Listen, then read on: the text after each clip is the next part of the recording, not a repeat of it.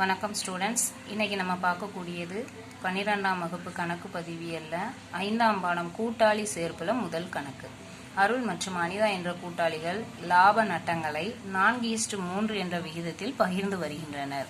31/3/2018 அன்று புதிய கூட்டாளியாக அஜய் என்பவர் சேர்த்துக்கொள்ளப்பட்டார். சேர்க்கையின் போது நிறுவன ஏடுகளில் பொது காப்பு ரூபாய் 42,000 என காட்டியது. பொது காப்பினை பகிர்ந்தளிப்பதற்கான குறிப்பேட்டு பதிவினை தரவும். இப்போ பொது காப்பை தான் நம்ம பகிர்ந்தளிக்க போகிறோம், அதுவும் பழைய கூட்டாளிகளுக்கு. பழைய கூட்டாளிங்கும்போது 31/3/2018 அன்று அஜய்ங்கிறவங்க புதிய கூட்டாளியாக தான் சேர்த்துக்கப்பட்டிருக்காங்க. அப்போ நம்ம பழைய கூட்டாளிகளுக்கு தான் இந்த 42,000 ரூபா தொகையை 4:3 என்ற விகிதத்தில் பிரித்து கொடுக்குறோம். ஃபஸ்ட்டு குறிப்பேட்டு பதிவு நம்ம எழுதிக்கோங்க.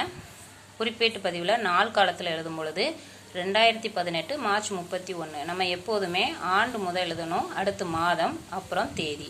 பொது காப்பு நிதிக்கு தான் மாற்ற சொல்லி கணக்கில் கொடுத்துருக்காங்க பாருங்கள். பொது காப்பினை பகிர்ந்தளிப்பதற்கான குறிப்பேட்டு பதிவு. அப்போ பொது காப்பு நிதி கணக்கு பற்று எதை நம்ம பொது காப்புக்கு மாற்றுறோம் அப்படின்னா அந்த பழைய லாபமாக பழைய கூட்டாளிகளுடைய லாபம் 42,000.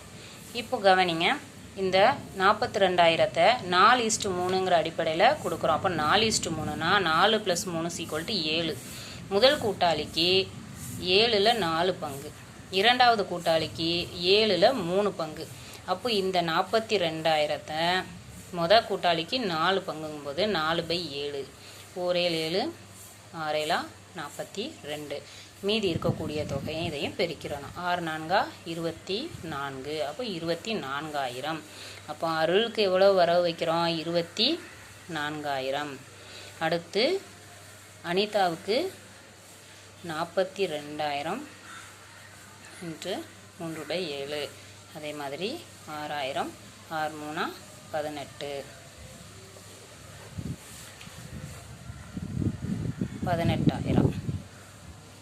இப்போ நல்லா கவனிங்க, பொது காப்பு நிதிக்கு மாத்திரம் பழைய லாபத்தை 42,000 அதை அருளுக்கு 4%, 4% விகிதத்தில் கொடுத்துருக்குறோம். அனிதாவுக்கு 3 விகிதம். அப்போ 4:3 விகிதம் எவ்வளோ வந்திருக்கு? 24,000 18,000. இது விளக்க காலத்தில் என்ன எழுதணும்னா விவரத்தில் பழைய லாப விகித அடிப்படையில் பழைய லாபத்தை 4:3 என்ற விகிதத்தில் பழைய கூட்டாளிக்கு பகிர்ந்தல்.